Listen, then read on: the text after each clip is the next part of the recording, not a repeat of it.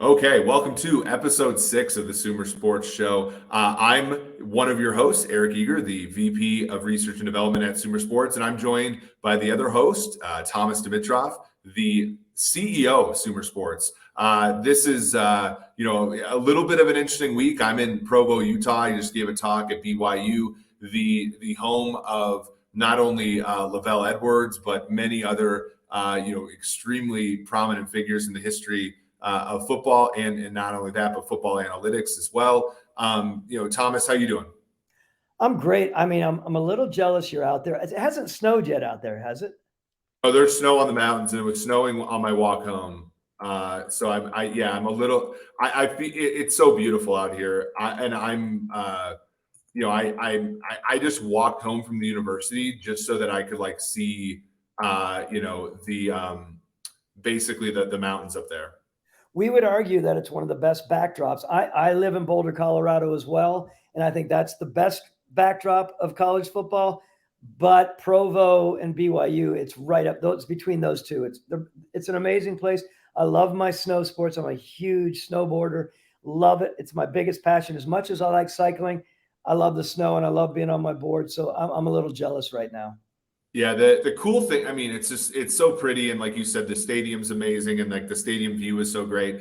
And I did a little bit of a BYU centric thing because I didn't go to BYU. Our friend and colleague Paul Saban did, but like there's so much history there. Virgil Carter was the first guy to write a football analytics paper. He was a quarterback for BYU when he did that. And then he goes, well, no, after he did that, but then he played for Lavelle Edwards. Then he went and played for Paul Brown and, Bill Walsh. And he was the quarterback because his arm was so weak. He was the quarterback that sort of started the West Coast offense with Bill Walsh. And then, of course, Walsh goes to the Niners in the 80s and wins all those Super Bowls. Lavelle Edwards, basically, is responsible for some of the high-powered passing offense we have now. Jim McMahon, Steve Young, eventually Ty Detmer, Heisman Trophy winner Ty Detmer. Just a really cool history of football kind of place, and it was an honor to sort of tell some of the students about sports analytics, and but we do the podcast because people have been really really supportive of the show. We increased in listeners every single week, so we're really happy about that. We really appreciate all of you for listening in to Thomas and me and what I think is the most unique football podcast out there. Just to give you guys a little bit of an overview, we're going to talk about a little bit of Thomas's experience with the Falcons as far as drafting top end players versus players who are a little bit more of diamonds in the rough. I'm going to maybe stir the pot a little bit about 3 things I believe about quarterbacks and see if Thomas agrees with me or if we can, come to a consensus there. And then we're going to talk about the Colts with Irsay. We're also going to, take some more questions from Twitter, and then we're going to preview some of the games in Week 10. So first off, thank everybody for, at SumerSports on Twitter, for asking some really good questions. Here's one from CD PIDS, a loyal follower, loyal listener to the show already. He asks, this is more of a subjective question, but in his time as the GM of the Falcons, was it more fun for Thomas to scout the top level prospects or hunt for gems later in the draft? Also, this could apply to your time with the Patriots and prior to that as well. That's a good question, CD. Look, we all love scouting the studs, right? I mean, when you go in there, there's nothing like the excitement about seeing someone who is top level at whatever they do. I'm a big appreciator of athleticism and movement and body control and explosiveness. We used to call it reactionary athleticism on the defense and the athleticism and explosiveness on the offense. I loved it. So I would love going into these places. Our scouts would send us to different places in the country and talk about where these guys were thriving. And I would go in. I loved that. So there's no question that was my buzz. But I will tell you, every once in a while, when you could go in and find that sort of diamond in the rough, and you had it kind of in your figurative pocket, that had its own element of buzz. You'd come back and I'd tell my son, or I'd tell my wife, or I'd talk to my closest friends, telling them about, keep an eye on this person. And so there's excitement on both sides.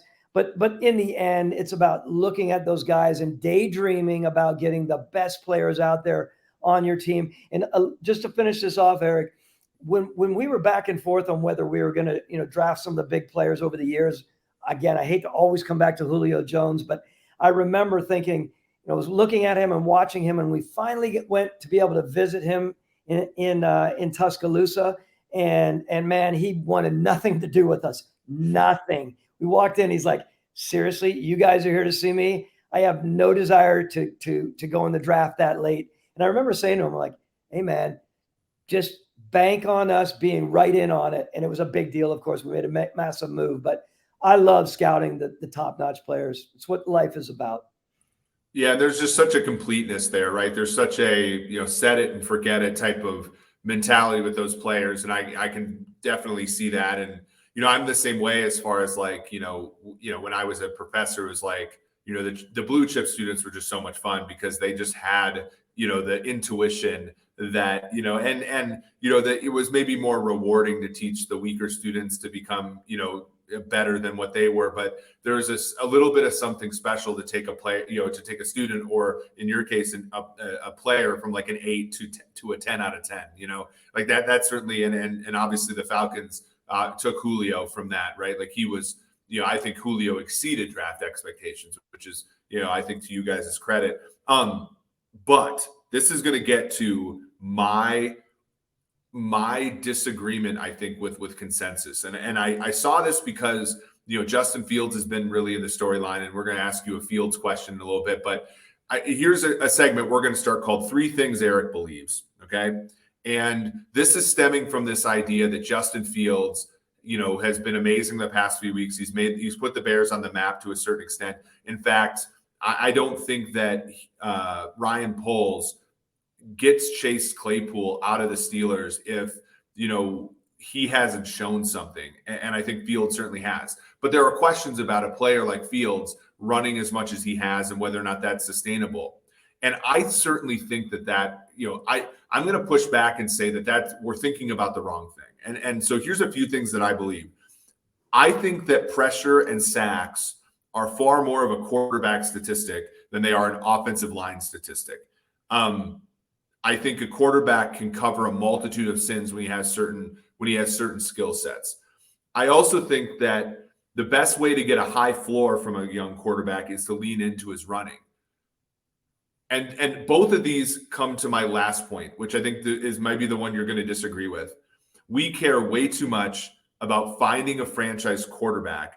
And in so doing, we miss out on guys who are going to offer substantial surplus value for a short amount of time. And we prolong struggles on our teams because we overlook players like Jalen Hurts, because we make excuses for why Justin Fields isn't going to be that good in the long run. And, we overlook a guy like Geno Smith on the Seahawks right now. I think that we've been so spoiled in the NFL for so long with Brady, Manning, your guy, Matt Ryan, Ben Roethlisberger, Phillip Rivers, Patrick Mahomes, Drew Brees. Almost, we want to hold that pedestal up for every single quarterback. And I'm afraid that sometimes we miss out on guys who in their first 4 years in the league could offer more value because of the things I said, because they avoid sacks and they offer value as a runner. It's a really, really interesting point, and an academic point, which I would only imagine from Eric Eager, Dr. Eric Eager, given your big brain. Look, I love it. I mean, thinking about this, if you were humbly my assistant GM back in the day, and you tried to talk me out of Matt Ryan as my 3rd overall pick and my first pick ever, I wonder how I would have approached that. I would have listened to everything you had to say, and it makes, it makes sense, of course, from an academic standpoint. I will say, as a general manager and as a team builder, it is so vital to kick your time off and your team's time off and your head coach's time off with that really, really good quarterback. Now that's, obviously that's up in the air, but we have always been taught our entire career, get a quarterback and you not only kick off your career well, but you also parlay your life into 2 and potentially 3 and more contracts. Not all the time, of course. And look, quarterbacks are we know it's vital. We know you go as your quarterback goes. And you brought this up to me. I remember we had not a heated conversation, but I remember you bringing it up to me like, like you spent so much money on Matt Ryan. What if you would literally trade him just before his big contract came about? Do you remember that conversation or some semblance of that conversation?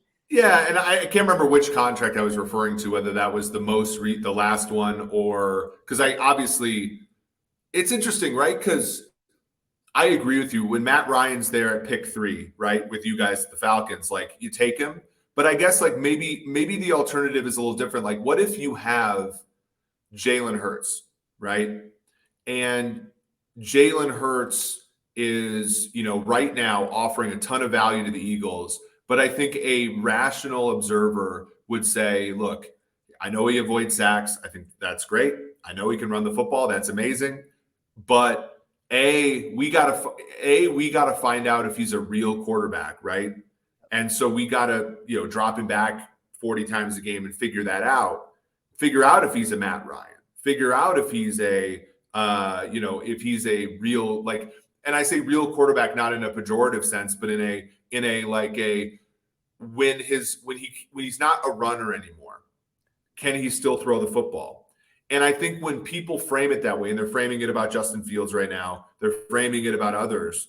I think we just are.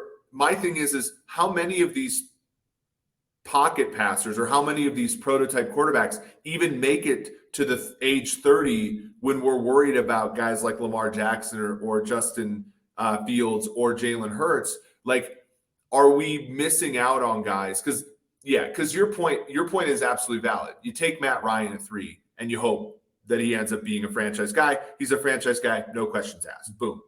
But if you're the Bears right now and Justin Fields is in year 2 and all you've seen so far is he's limited as a passer, right? But he can add value to your team running the ball and he's cheap. And you have the second pick in the draft next year, and CJ Stroud is sitting there. What are you thinking? Yeah, that's complicated. I have 2 points it's a great question as well. Towards the end of my career and towards the end of the time with Matt Ryan, as much as I appreciated everything Matt had done for us in Atlanta, and I was categorical early on, I want nothing more than having a stand tall, big presence guy in the pocket who was going to bomb the ball, right? I said that all the way, honestly, up until closer to the end of when I was in Atlanta, and even beyond when I was on Rich Eisen talking about the opportunity to, for Atlanta to possibly take the next wave, the movement quarterback, as well as Matt did for us. I mean, it was going to be nice to see that quarterback that would move around and keep the drive alive, et cetera, et cetera. And you start coveting that in your mind a little bit, like, wow, when it's time to move on from Matt, I really want the next wave of quarterback to be the more mobile quarterback. Can I also add a little bit more here? And I don't mean to ramble, brother. No, you're good. I love this. I mean, because I think it's good for people to see that this is going through your mind, right? Like, just because you have, I mean, think about this. Like, I just talked about Bill Walsh, right? Joe Montana won 2 Super Bowls. And my guy went out and said, look, Tampa Bay's got a distressed asset here in Steve Young. We're going to bring Steve Young in here, right? And it caused a little consternation. I think by the time Bill Walsh was out the door, people wanted him out the door because he played 2 Hall of Fame quarterbacks against each other. But it's instructive for people, I think, who want to know how the league is run, that just because Matt Ryan's a borderline Hall of Famer doesn't mean you didn't think about moving on from him at times. Well, you think about like anything. You think about what's the next wave. You have to think about your organization. You have to think what's the next opportunity that presents itself, and what will be best for this organization to potentially win into the future, for sure. I was gonna do a little bit of I don't even know if you know who this person is because you're fairly young. There's a guy that his name was Paul Harvey, and he was a big news guy, and he used to say the rest of the story. Let me tell you a little bit of the rest of the story thing. This may parlay into something like this into the future. When we were about ready to draft Matt Ryan, think about as a first-year GM, and you want nothing more than to land a quarterback. You're not sure. You're in the middle of all of this. I'm getting calls from different people, and there were strong rumors just before the draft started. I'm talking, I don't know, maybe 2 or 3 hours before that the Baltimore Ravens were going to move up. Ozzie Newsome was moving up, and he was going to take Matt Ryan right from out from under us. And out of the blue, I get a call. This is the rest of the story from a player agent. And the player agent, I'll tell you right now, because I have a great deal of respect for him. Ben Dogra gives me a call, and Ben says, Thomas, do not move. Think about this. This happens in the NFL. You don't just sit there and think, hold your water, we're good. Though I will give Mike Smith credit. He was telling me all along, whether Ben Dogra called me or not, hold your water, we're going to get him. But to get confirmation from someone outside who had some really interesting inside information on draft day to don't try to trade up 2 or 3 spots to get Matt Ryan, because that could have happened. We ended up holding our water. We got Matt in the 3rd pick, and the rest is history, of course. Yeah, but think about that from your perspective. I'm trying to think back, like what, Chris Redman was your only quarterback or something and there's risk, right? Flacco went in the late teens to Baltimore in that draft. And, if you would have, got stuck at 3, you don't know if you get a trade back partner because you're not taking Flacco at 3, right? So, it's crazy. And you think about I was on a podcast yesterday with my friend Seren Petro, and we were talking about the existence of luck. And I just think about how much luck isn't not, and I think most people who are successful like you, there's a ton of signal, right? Like you opt into a lot of the luck you end up with. And as far as luck, if you don't get Matt at 3, and, the next draft, you're not huge on Josh Freeman, and you're not huge on, sort of Matt Stafford is the first pick in that draft, right? But you're probably not bad. You're probably not getting the first pick. I think that's where my worldview about quarterback sort of lands, right? Where, sure, take Trevor Lawrence first, take Zach Wilson second, right? Those are, pocket passers with great arms and pedigree and all that stuff. But beyond that, I think that there's opportunity in the NFL to take a quarterback whose floor just increases so substantially because of certain traits, like being able to avoid sacks. I think of people look back at the 80s, like Doug Williams, right?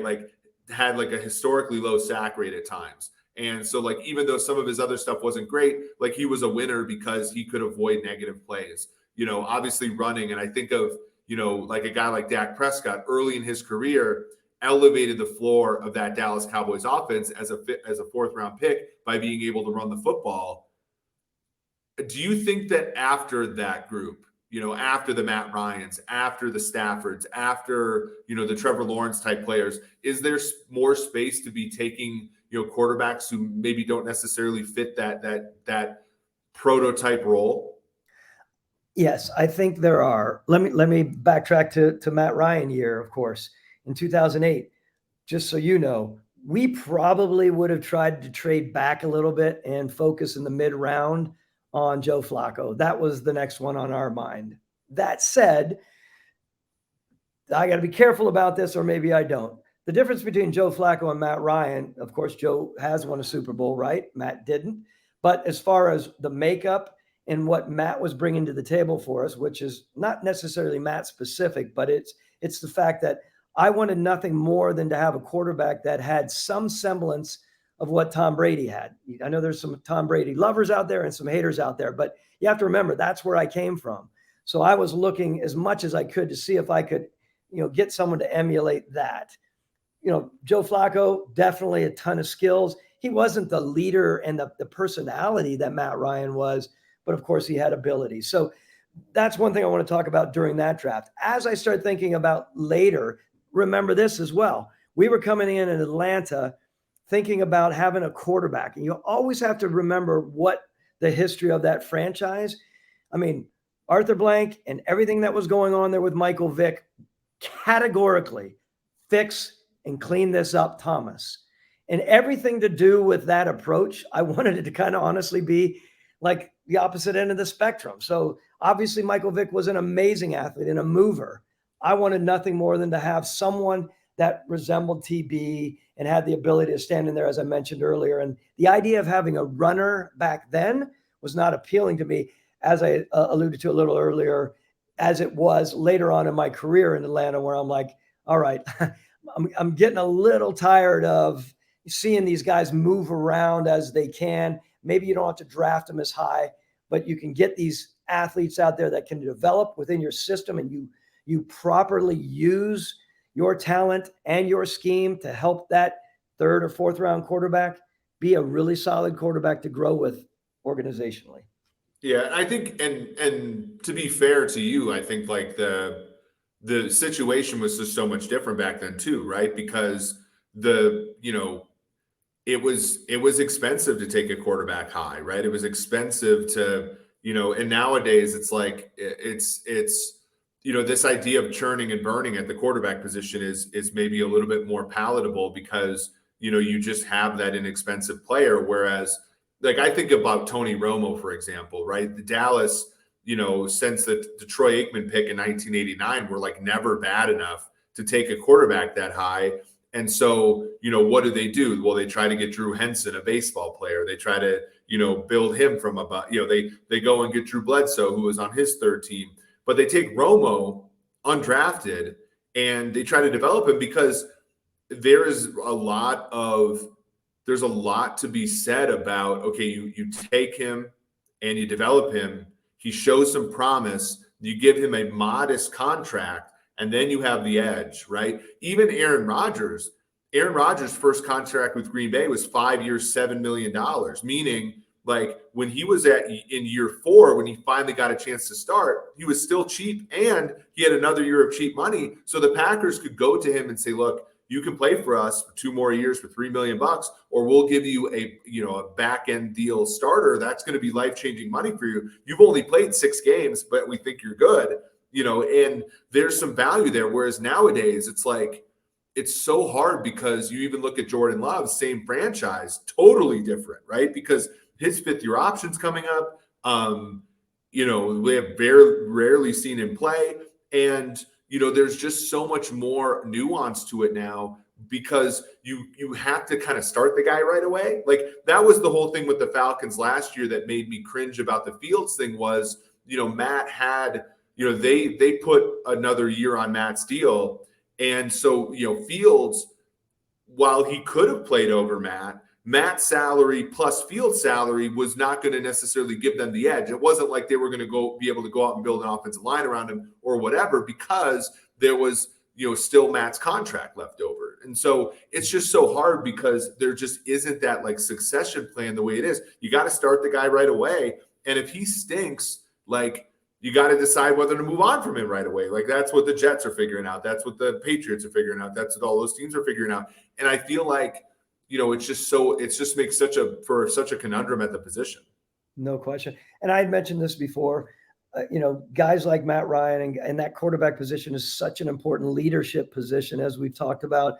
And I've said this before, where Matt had incremental leadership ability about him. And people often ask, what does that mean? The simple fact is, you had a guy like Matt who had a really good awareness, right? You're like, come on, let's not psychoanalyze here. It's a big thing. You have a guy that comes in that's not thumping his chest thinking he's God's gift to everyone. And before you know it, he's not leading the team. He might, look, we've seen this in the past. We've seen quarterbacks that come in who are just complete studs with huge arms. And in the end, they can't lead worth a crap. And when you can't lead, not only can you not lead your offense, you obviously aren't leading your defense as a quarterback. Your team is destined for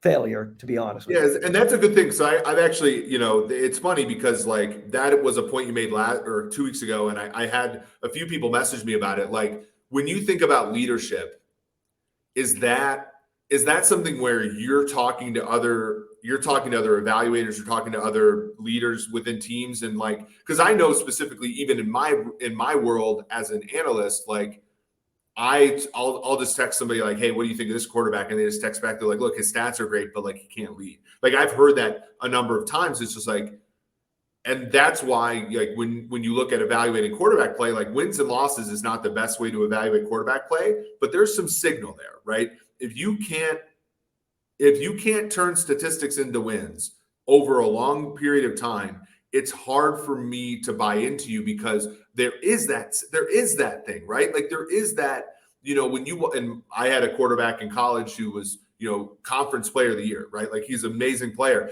And you're like, you just knew as a tight end, I didn't have to do any leadership. I just had to be who I was. And I just had to do my job because the quarterback that was him, right? And you look at other offenses where, the running back's the leader or the wide receiver's the leader. And I just don't know if that's sustainable. And it's just tough because how do you evaluate that? Is this just something where, you with your background, you're able to discern that from, your sources and just like watching him? Like it's got to be a tough evaluation, isn't it? It's a tough evaluation. I wish, and we've been talking about this at SumerSports, as you know, how much can we factor in any element of analytics to help us, evaluate and help us like sift through some of the questions that we have about some of these areas that aren't, easily quantifiable. When you talk about leadership, at least in my mind, I mean, having been around Tom Brady, that was helpful, of course. But I have often said it's easy for a quarterback to come in and have his running backs or his receivers, all around him and have his back because all they do is they want the ball, right? Yep. It's when that quarterback eventually gets the entire team behind him, right? The defense. It's not easy to get those big studs along the D line or the linebackers behind the quarterback, right? If you're a quarterback that you can get the entire team behind you and the coaches and the organization, man, you have something special. And that takes a lot. And that takes in the end, for me, it takes an awareness about you. It takes an empathy about you. I'm not getting soft here because I know. Yeah, no, I mean, you got to be able to be kicked in the nuts, to be honest with you, literally and figuratively, and get the hell back up and lead the team. And they need to follow you. And I think Matt Ryan, when you think about Matt Ryan, again, this is not about Matt Ryan, but it's my experience. Matt Ryan missed 1.5 games in his entire time with us, or at least as long as I was there for those 13 years. That's unbelievable. Yeah. So, I would say to anyone, any owners that ever ask me or any GMs, rising GMs is, man, do not lose the fact and get all caught up in the athleticism or the big gun or the presence or the idea of like, let's ride idea.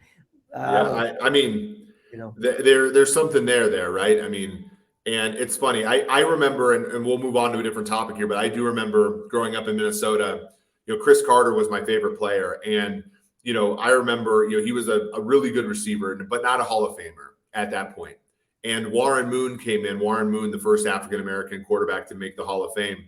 And there was a story about he came back to the huddle like in training camp and was bitching about not getting the football. And Warren looked Chris Carter in the face and said, if you don't let me do my job, I will bury you in this offense. And Chris Carter in his first 2 years with Warren Moon had 122 catches, set the record both seasons. So like that, there's an aspect of that just it's different, right? Because wide receivers are divas. Running backs have been the best player on their team since they were 4 years old. Linemen are bigger than you, and you got to be able to command that whole group. And there's just so much there. And like, it's something as somebody who played tight end who doesn't like. I think I have leadership skills in different ways, but I marvel at people who can play that position because I think it's there's just so much that goes into it. So, okay. We got to talk about this because we've talked about the Colts a few times, and a lot of it's because Matt plays for them, but some of it was Frank Reich. Irsay fired Frank Reich this week, replaced him with Jeff Saturday. Man, I just don't know what is going to happen here, and I don't know what Jeff Saturday's role is going to be. Frank Reich's a damn good coach, in my opinion. I think he's, we computed at SumerSports. I tweeted it out from the SumerSports account. There's only 3 head coaches since Frank Reich took over that have added more wins on 4th down decisions, 2-point conversion decisions, and timeout decisions than Frank Reich has.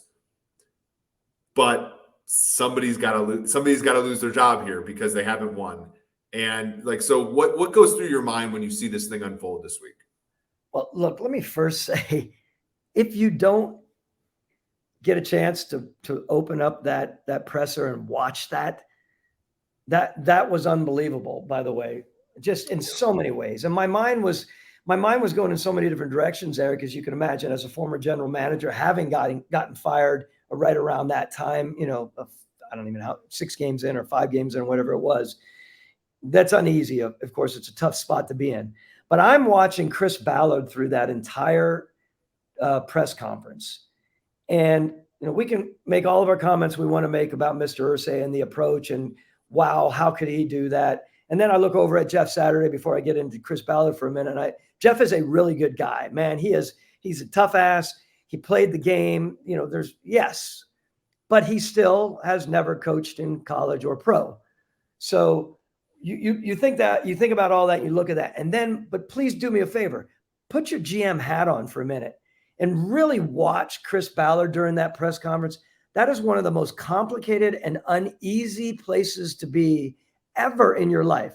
A lot of people say, he's making a ton of money. Who cares? It's not. It's a pretty complicated, tough deal to be in.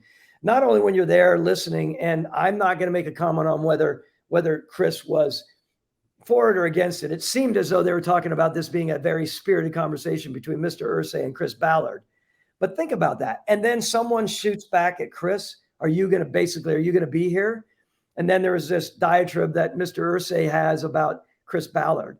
And I think about that in the end. What I'm saying is you have a GM right now who's really uneasy with the situation in the building, of course. And he likes Jeff Saturday. They work together. They have consultancy elements to them, right? Jeff Saturday has talked with Frank Reich and Chris Ballard on a number of issues. That said, play this back over the other side. You, as crazy as this is, you have to give Jeff Saturday some big time kudos. That's hanging down low, man. You go into a building and you not only have players looking at you with a wry eye. I don't care if you played in the league or not. Here's the craziest thing. You have a group of coaches in there. What do they have? 2 former head coaches, John Fox and Gus Bradley, amid a number of other really talented coaches who I've heard rumors that were talking about mutinying. That's a tough spot to be in. So yeah, I mean, he puts it. I mean, yeah, I mean, the hard part is like if you're Ballard, like maybe Irsay's going to you and saying, look, it's one of you two, right? And like we like to think that we like to think that there's some loyalty there, but like as you know, like head coaches are much more likely to get second jobs than general managers are, like in this league. Like there's no doubt about it. And like the thing that makes me like, yeah, and everything you said is true, right? Like Jeff Saturday, what is he supposed to do? Say no? Like that's the other part. And there's the aspect of the Rooney Rule and diversity hires that I think is very much. And we have a question about that in the Twitter stuff. That's very much like, and that's not Jeff Saturday's fault. That is, that's ownership, and even then, like, there's just a little bit of like, what do you do in the interim? Like, do you hire an African American coach, for example, but like hang him out to dry and make him look bad for his resume? Like, you don't want that either. Like, there's a ton of like really weird things. I wonder. But here's the question I have, because I actually tweeted this out. What if, I mean, is there any value in Ballard just going, look, we thought that we were going to have Andrew forever. We drafted players like Quentin Nelson and, Darius Leonard, and, we built a plane around Andrew Luck, and then he left. And that's fine. Like, he's got to take care of himself. He made a decision for him. But part of the reason this thing is broken is because of something that wasn't our doing, right? It wasn't our regime that broke Andrew Luck. It wasn't, it just was. It just was. And we talked about Luck, 10 minutes ago or whatever. And is there any value in, because when Irsay was kind of talking down to Reich about being like kind of too bashful at times and using analytics too much and all that kind of stuff, to me is just covering up like the fact that they just don't want to talk about the truth, which is, they lost their quarterback, who's a top 5 quarterback, and they were and Ballard, to his credit, is a good enough evaluator to bring good enough players into that building so that they're never picking top 10 even without a quarterback. And so they're stuck. And the thing they had to do was go in and get guys that were probably like, the reason Carson Wentz is playing for the Colts is because he didn't pan out with Philly. The reason Phillip Rivers is playing for the Colts is that he's old, right? The reason that Matt Ryan's playing for the Colts is that he's old. Like, and what are you supposed to do, right? Like, I think that if people, like, is there any value in a guy like Ballard or Irsay just leveling with people and saying, look, like somebody's head had to roll here, and in the way the way the league works, the head coach loses his job first. Look, I everything you said has such merit, and I look back on that and I look at Chris, and I've said this before, and you have. Chris is a damn good football man with a really good eye. He knows football through and through. Sometimes decisions that you make, and I've mentioned this before, Eric, they're based heavily on need, right? And we make the most mistakes that we make as general managers in the league are overshooting our need. And believe me, there's no bigger need than making sure, whether we agree with it or not in the earlier conversation, about landing a quarterback that's going to get you through the tough times. He doesn't always have to be the long-term plan. Well, obviously, Carson Wentz wasn't that for him, and Matt Ryan wasn't for him, for them to be that. But they need someone to get them through. They need someone to help them win games. I mean, look, you and I both know this. Whether Indianapolis is winning this year or not, it is a good, solid, sound organization for the most part, right? I mean, they have a very sound. You've talked about your buddy Long there, right? Yeah. I mean, yeah, George Lee and John Park are both good men, Park, and I think when we talk about the fourth down decisions and stuff, they deserve a great deal of credit for for who Frank Reich became as a head coach. Yeah, well, and I do want to apologize for throwing out the wrong name there. I was flashing to another data analyst somewhere. By the way, just so everyone knows, Eric Eager and Sean Clement are educating me very well on the rosters of data analysts around the country. I didn't know about it. I mean, I knew my own guys in Atlanta. So forgive me, Park. I apologize, first of all. And you have to know that I'm really into learning and growing. When I go ever into my next situation, if I ever do or not, I'm going to have a real good understanding of the intelligentsia in the league. So thank you. Yeah, I mean,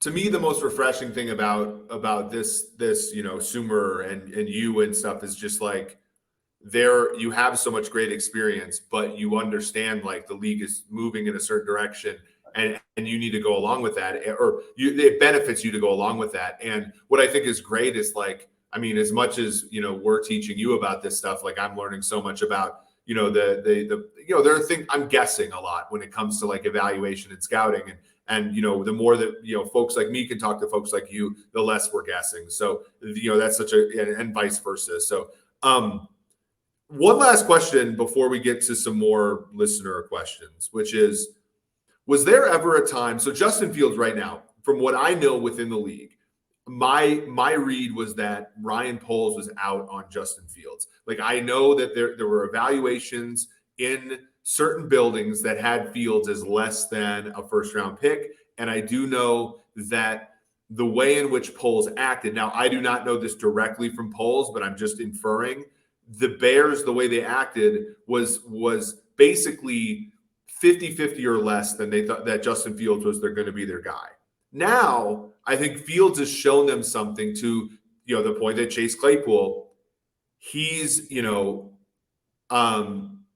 like, they're bought into Fields, right? And they're going to use the war chest that they have next year to build around him as opposed to drafting him high. Was there ever a player when, in your experience as a general manager, where you were like, yeah, coach picked this guy, or coach wanted this guy, and I didn't think he was really good, but I took him these decisions are collaborative, right? Was there ever a player where you were out on a player and he made you change your mind? You know what?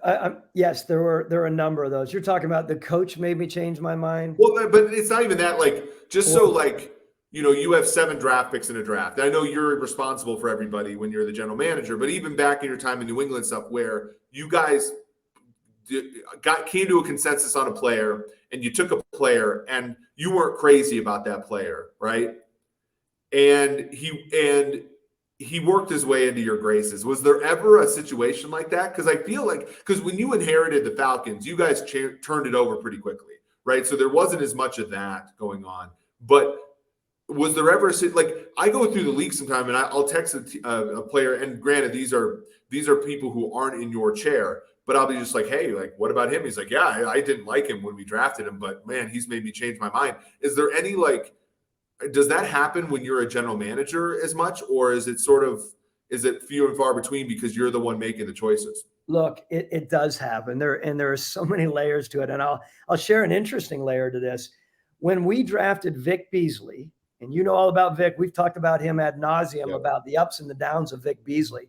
One of the most athletic, one of the most ripped up, cleanest living, athletic rush guys ever to come out, right? There were a lot of other things though that people were questioning. Passion, drive to get things done, whatever it may be, just innate hardcore toughness. A good soul, don't get me wrong.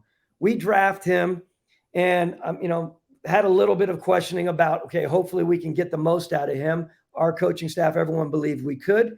And we did for a bit. This guy led the sacks all the way in 16, right? Yep. And then there was this unbelievable decline, and he never raised back up through the ranks, of course. So my point is there was questioning early on, and then you kind of like, good, I'm glad I'm proven wrong. And then he gets to a spot where he dives, unfortunately for us. And we were out a legit DN that we thought we were going to parlay a player like that into 2 or 3 contracts. Yeah. Obviously, it didn't happen, unfortunately.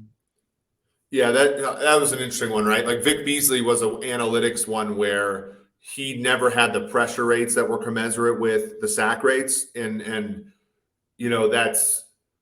You guys had a great defense in 16 and a very deep one, right? Like you had Grady in the middle and obviously your linebackers, Deion Jones was, incredibly fast. You had I think Beasley benefited from playing with a lot of other great players too. And there were weird parts of his game, but that's an interesting one where, you take a guy and that happens when you're a good football team, right? If you're picking 17th through 32 all the time, you're not getting, we talk about this when we built, when we talk about draft scenarios at Sumer, like you're not always getting the guy that you love because there are 16 other guys that are getting picked before you're picked. So it would make sense that player wouldn't necessarily make it.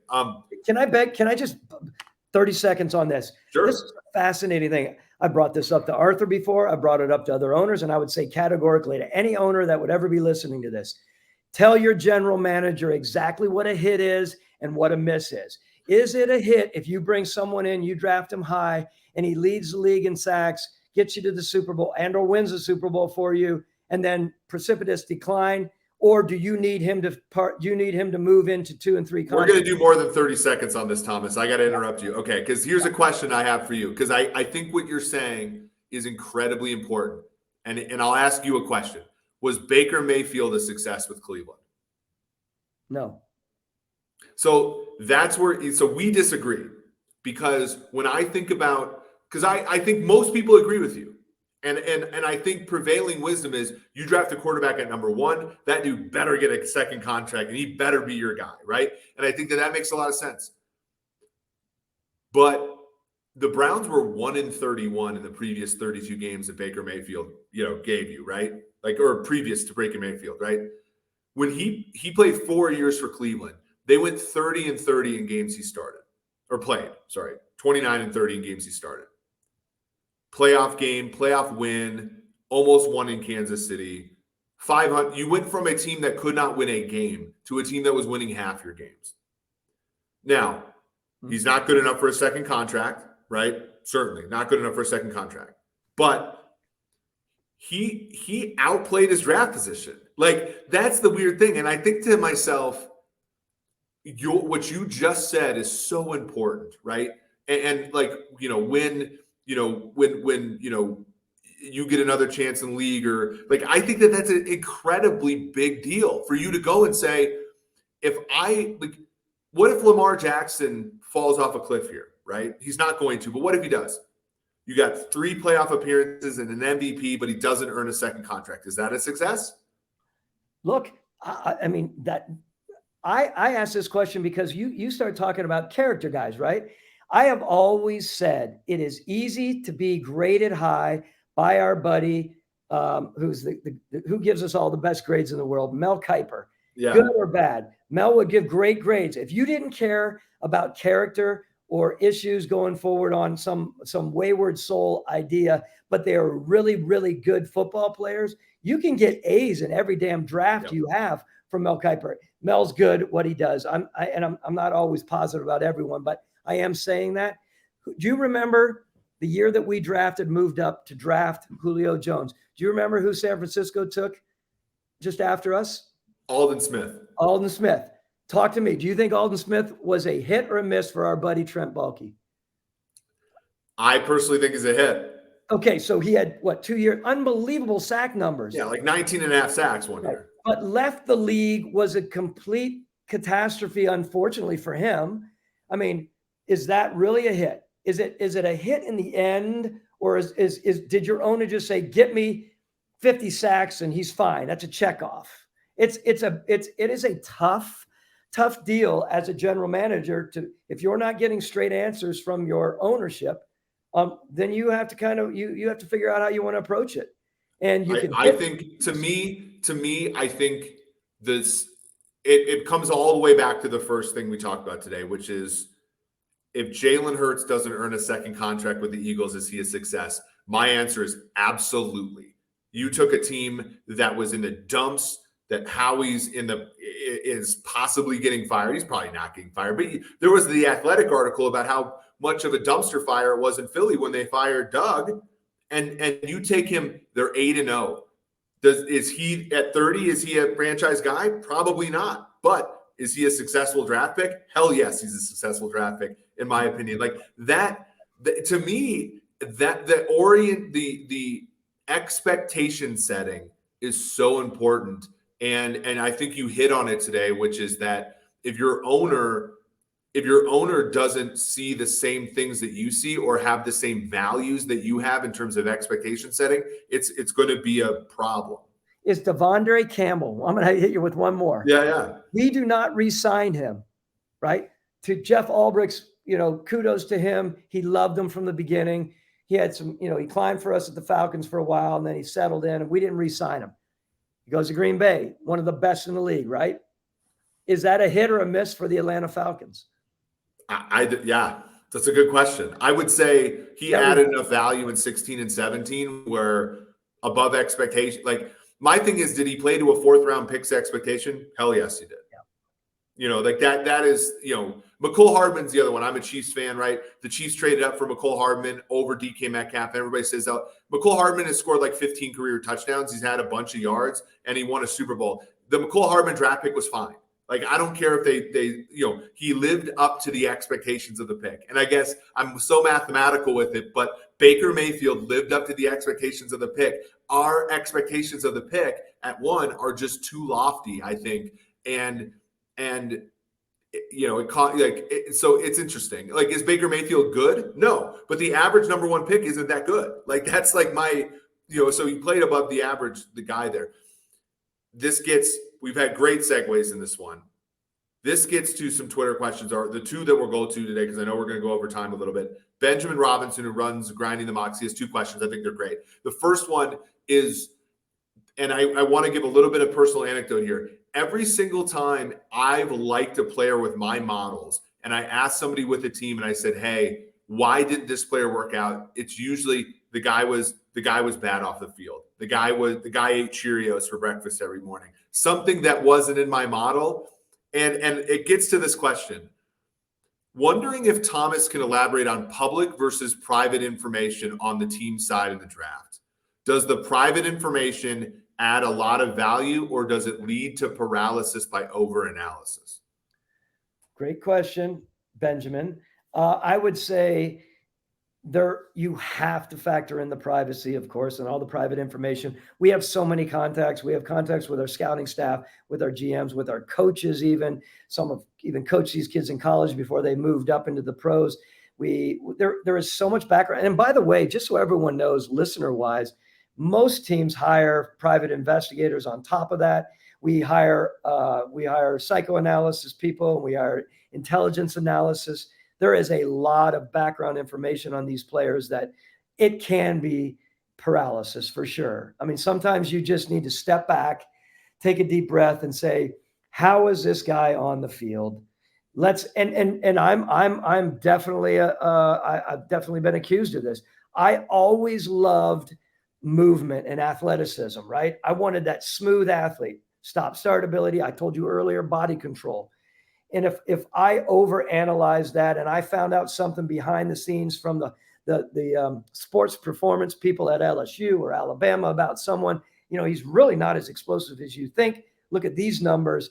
It can play into that for some of us who are really dialed in on taking as much information as possible before you make the decision. In the end, if you can take a deep breath, take all of that information in, all the information from your scouts and your coaches and all the academic people, play it all out in front of you. And this is what's tough about a GM, and make a strong categorical decision on how this player plays, as long as he's not a jackass, as long as he's not someone that's going to rip the building up, then you need to be smart about it. There are a lot of really good players out there that had a lot of crazy background on them. I'm not just talking character, brother, who teams have taken, and you've seen them, some with your Chiefs. I always come back to your Chiefs, that probably wouldn't have made it anywhere else, but they made it with Andy. Yeah, I mean, you think about like Willie Gay and Frank Clark and guys like that, Kadarius Toney, who they just traded for, have had issues in the past, but it's a culture thing, and you go through seasons in your in your franchise. For example, Kareem Hunt, you just can't have him anymore, but you can, the way the culture is, there's only so many guys you can deal with character issues that from a bandwidth standpoint. But that's such a good point, and it's good, good context there. Benjamin asked me a question. He said, Eric, what do you think is the best path for diversifying the field of sports analytics and bringing in more diverse voice in the field? I think this is a tremendous question. I think that, I'm not gonna mince words here. Like, when I came into SumerSports, it was because I had some stardom at PFF. Like that's, that is what it is. And, my method at PFF was to draft and develop, so I had interns every single summer. One of them now, Zach Drafkin, a good friend of mine, now works for the Eagles. Mehmet Sem Erden works now for the Broncos. And like, the problem is like a lot of us that have, made it in sports analytics are white men. And, to me, if you're going to start a company and all you want is established people, they're all going to be white men. And so, like, I think our view at Sumer, and we've already started this, with some of the hires we've just recently made. Some of them aren't announced yet. You have to draft and develop. You have to be able to, and that, that's to your point, Thomas, as what, in my opinion, just a great culture guy, but also just a good teacher. But also somebody like me who, like, I have a heart for, building people up and managing that, managing them. And managing sounds weird, but like draft and develop, like take time to actually give a crap about people and build them up and get them, to the place where they can, they can have their own career. And that is what you have to do. I think you have to invest in people. You have to believe, as I do, and as you do, Thomas, that football is a team game and it's about people. And whether, being counting analysts like me or whatever, it's still about people. And you have to have that world, and you have to invest in people. And whether that's like a 15-minute call with some college kid who emails you or something, like, those are things that, to me, I think are a drop in the bucket from a standpoint of, we got to make this thing better for everybody.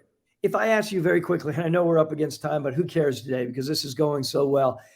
As a data analyst and of your stature in the data analyst world and the big brain world, I like to call it, and you have, what would be your advice to the sort of the rising data analyst out there? Would you tell them, try to like hell to get into an NFL team with football being the backdrop? Or would you say, get to a third party like SumerSports, like PFF, or like Over the Cap? Where would you direct them? I would say just get your work out there. Like, there's so many opportunities that, I'll shout a few people that I'm friends with out. Sebastian Carl, Ben Baldwin have built data sets that are public facing. And so, a lot of the people, Tej Seth is a great, he's one of my interns that I had at PFF. He emailed me one day and he said, look, Eric, like, I really want to join your team. Here's some work I've done. Like, if you have example work, it's so much easier for me as somebody who comes in, because it's, you're the CEO of this company. If I tell you, hey, I want to hire I want to take a chance on 4 young analysts, that's a lot of pressure on me, because if they don't work out, there's going to be pressure.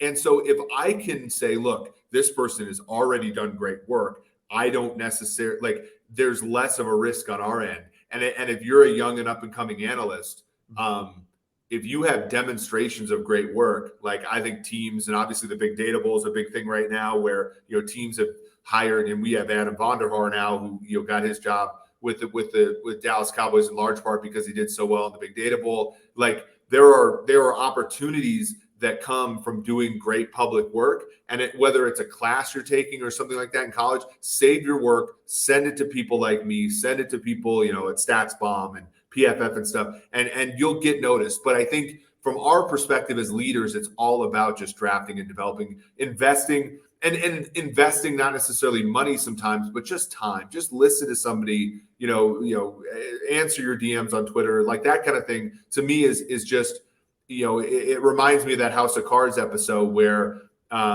Frank gives Meacham his job back, and he says, it will cost me almost nothing, but it'll mean the world to him.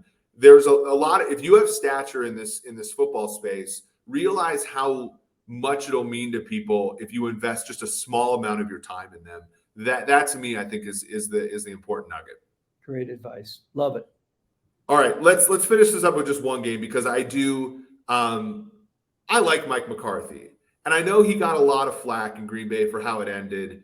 And I know we got, he came to PFF and famously did his whole thing with PFF for a couple of days. Peter King wrote about it. And that was, whatever. He's had success in Dallas. When Dak's been his quarterback, and even after, the last 2 years, when Cooper Rush is his quarterback, they've had success. They go to Green Bay. They are favored by 5. Green Bay has fallen on hard times. They're banged up, but also Aaron Rodgers is just playing poorly. They lost to Detroit last week, a very game effort by the Lions, I think. When you look at this game and you look at revenge games, right? What goes through your mind when you look at a guy like Mike McCarthy, a long-standing coach for the Packers, welled up in his interview this week, his press conference, when talking about Green Bay and what he misses about it? What kind of goes through your brain when you think about a game like this? Look, no one can sort of deny the fact that emotions drive everything, right? And Mike was such an important part of that community, as you well know, any of us who followed football. He goes down to Dallas and he's taking his shots from people, right? I mean, I'm happy for him. As you know, I'm very happy for Dan Quinn. Dan has been an awesome addition for Mike, so they can do both on the defensive side, what they're doing with Q and how he's approaching everything. I love that. I think there's so much emotion that they're sharing in that building right now. And, I think the players feel that, right? The players know their coaches so well. And if they respect their coaches, to go in with that kind of we're doing this for you. I know it sounds a little bit fabricated, but it is the fact. I've been around a number of head coaches who the players have really played for them. They haven't been playing worth a crap. I'm not saying that's Dallas, but I've been in situations where people played for Mike Smith and we weren't playing worth a crap for some damn reason. And all of a sudden they needed Mike to win something and they would rise up and play for him. So I'm taking Dallas, given all the emotion.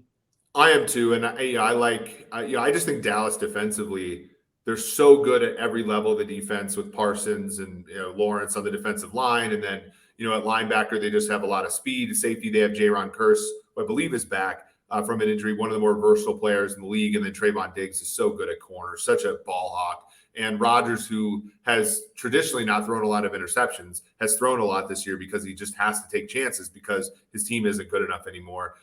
Injuries to the Packers as well. Rashawn Gary, who I thought was a Defensive Player of the Year candidate. Your Devondre Campbell is also banged up. And that just puts more pressure on young guys like Quay Walker, who, it's probably a year away from being a real difference maker, a linebacker. So I certainly like the Cowboys as well. This has been a great episode, Thomas. I really enjoyed this one. I think that, friction is good. And I think working through some of these things is so much fun. And I hope the listeners agree with me and with you on how much fun this has been. And we talked through some thorny topics. We even talked about the Colts for the 8th straight episode, it feels like, because they can't seem to get out of their own way sometimes. But this was really enjoyable. So I'm pumped that for episode 6 here. So for Thomas Dimitrov, this has been Eric Eager. This has been the 6th episode of the SumerSports Show. Thank you for listening.